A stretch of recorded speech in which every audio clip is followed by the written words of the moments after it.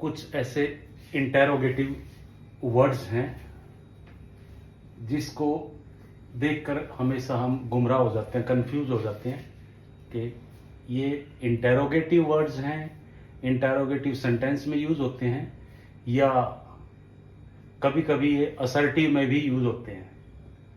साधारण असर्टिव जो निश्चयात्मक बोलते हैं, जो कि हम एक सीधी स्ट्रेट स्टेटमेंट जो दे रहे हैं, लिख रहे हैं, उनको बोलते हैं असर्टिव या बिल्कुल सिंपल, उसमें कोई भी प्रश्न नहीं होता। जो प्रश्नवाचक हैं इसको बोलते हैं इंग्लिश में इंटेरोगेटिव। ये है कुछ शब्द है why, what, when, who, where, whose, whom. ये सभी वर्ड्स इंटेरोगेटिव प्रश्नवाचक हैं और असर्टिव सिंपल भी हैं। कैसे? आपसे कोई क्वेश्चन करता है कि आप स्कूल क्यों जाते हो, ये पहले तो सेंटेंस कौन सा हो गया? ये प्रेजेंट इनडेफिनिट टेंस का या प्रेजेंट सिंपल टेंस का सिंपल सेंटेंस हो गया। ये सिंपल नहीं, सॉरी, इंटेरोगेटिव ये सेंटेंस हो गया, इंटेरोगेटिव सेंटेंस हो गया। ये किसका? प्रेजेंट इंडेफिनिट या प्रेजेंट सिंपल टेंस का इंटेरोगेटिव सेंटेंस हो गया। ये आप स्कूल क्यों जाते हो? Why do you go to school? ये इंटेरोगेटिव हो गया, क्वेश्चन मार्क लग गया इसमें। तो जब हम इसका जवाब देना है तो उसमें भी वाई आएगा, लेकिन वाई यहां पर सिंपल हो जाएगा, बिल्कुल असर्टिव सिंपल। आप स्कूल क्यों जाते हैं? I want to acquire knowledge. I want to acquire knowledge. मैं ज्ञान प्राप्त करना चाहता हूं। मैं ज्ञान प्राप्त करना चाहता हूं।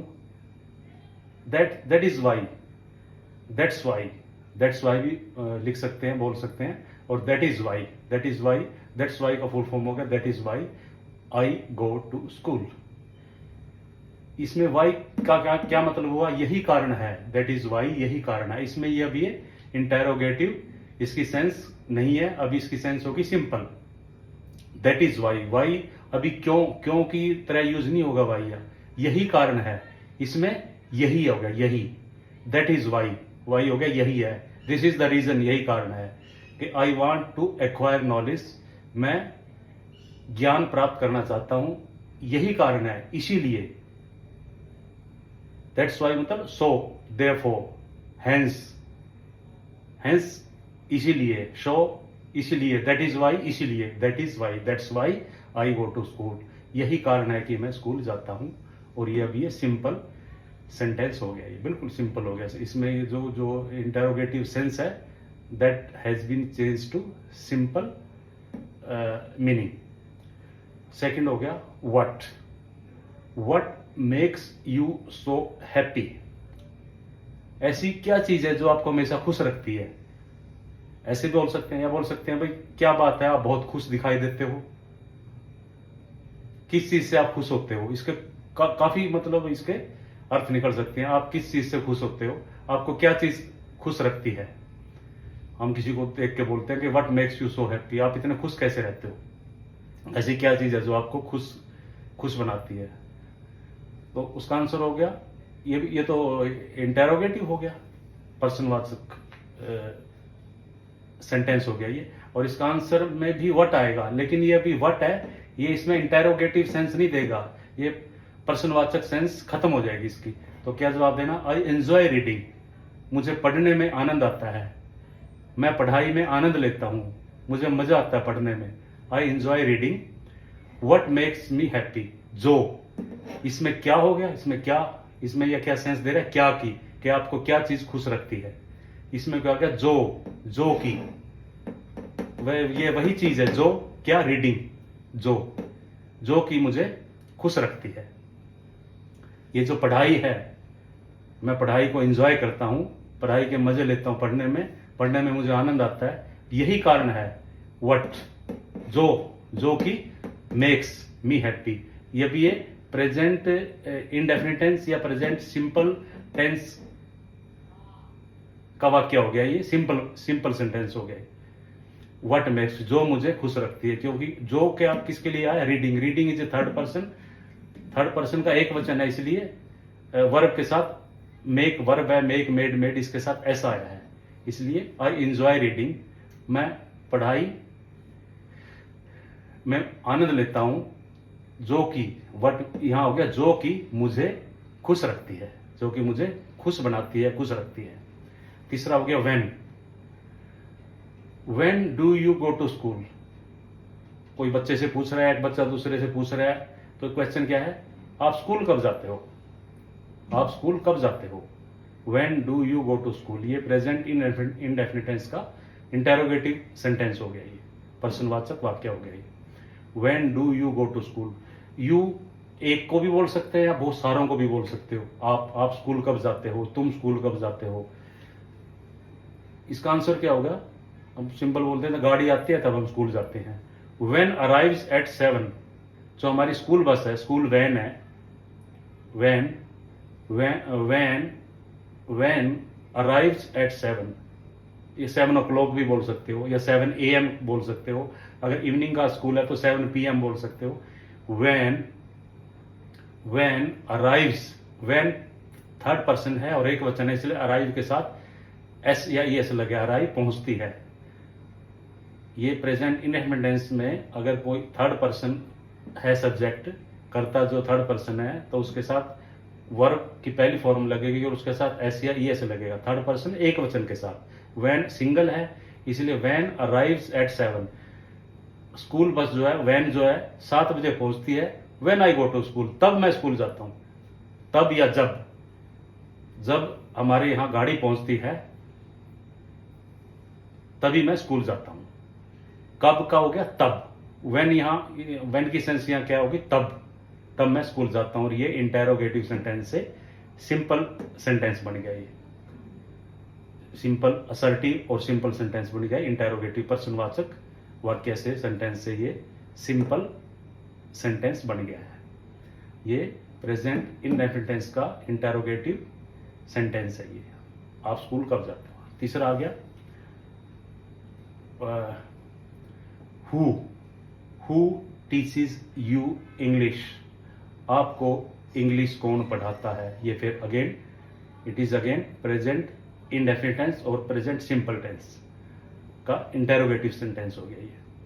आपको इंग्लिश कौन पढ़ाता है, आपको कौन पढ़ाता है, तो कौन पढ़ाता है क्या मतलब, एक टीचर है वो जिसके बारे में क्वेश्चन कर रहे हैं, भाई कोई एक ही टीचर पढ़ाता है इंग्लिश। तो अगर बहुत सारे टीचर्स का हम जिक्र करते हैं, रेफर करते हैं, तो यहाँ आएगा हु टीच यू इंग्लिश। अगर एक से ज्यादा हमारे टीचर हमारे को अंग्रेजी पढ़ा रहे हैं तो अभी एक के लिए पूछा हु टीचेज यू इंग्लिश, आपको इंग्लिश कौन पढ़ाता है, हमने एक टीचर के बारे में पूछा है, तो इसका आंसर क्या होगा, यहाँ तो कौन पढ़ाता है, ही इज मिस्टर कृष्ण, वो मिस्टर कृष्ण है जो। कौन, यहाँ हु का मतलब कौन हो गया, यहाँ हो गया जो की।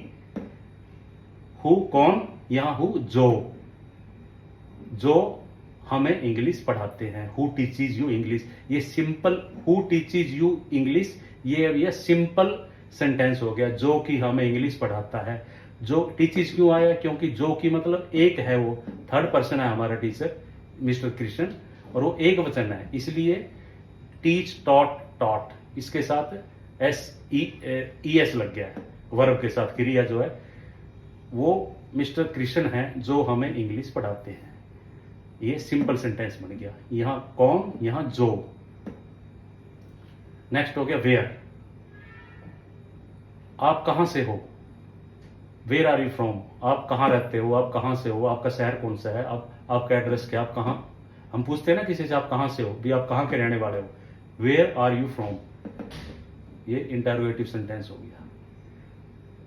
या बोल सकते हैं वेयर डू यू लिव, आप कहां रहते हो, तो इसका ये हो गया कहां, इसका आंसर हो गया दैट इज हाउस नंबर, मेरे घर का एड्रेस जो है house number 325 Rampura Amritsar UP, where I live, कहां, आप कहां रहते हो, ये जहां मैं रहता हूं, वेयर आई लिव। ये सिंपल प्रेजेंट इंडेफिनिट टेंस या प्रेजेंट सिंपल टेंस का ये सिंपल सेंटेंस हो गया, असर्टिव सेंटेंस, बिल्कुल सिंपल।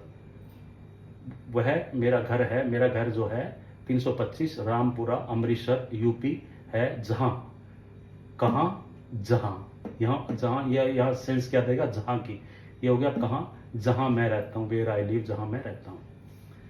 अब जब हम पूछते हैं whose pen is this, whose pen is this, ये किसका पेन है भाई, ये किसका पेन है, इसका मालिक कौन है, ये किसका पेन है, तो इसका आंसर क्या होगा, हुज ही आएगा।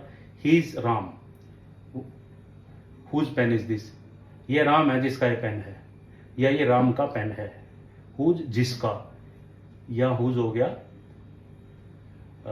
किसका, यहाँ जिसका, ये पर्सनवाचक हो गया, ये सिंपल हो गया, असर्टिव हो गया, ये इंटेरोगेटिव हो गया। ये किसका पेन है, वो ये राम का पेन है, ये राम है जिसका ये पेन है। हुज जिसका, हुज यहाँ जिसका, और यहाँ किसका, किसका पेन, और ये जिसका पेन है, ये सिंपल सेंटेंस हो गया।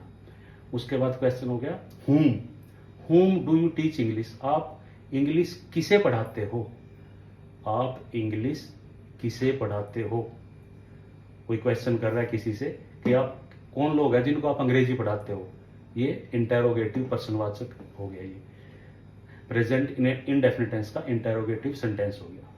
whom किसको, आप किसको इंग्लिश पढ़ाते हो, किसका मतलब एक से ज्यादा है। whom डू यू,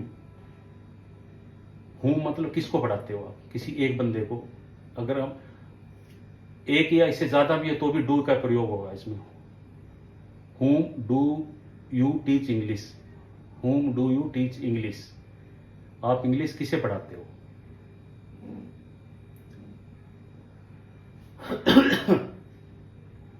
तो ये क्या हो गया, there is no one whom I teach English, मैं किसी को भी नहीं पढ़ाता।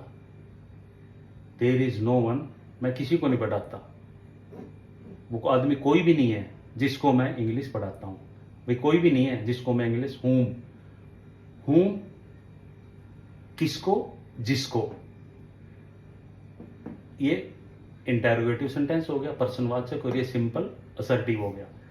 whom किसको पढ़ाते हो, देर इज नो वन कोई भी नहीं है, जिसको, whom जिसको मैं इंग्लिश पढ़ाता हूं, ये सिंपल हो गया।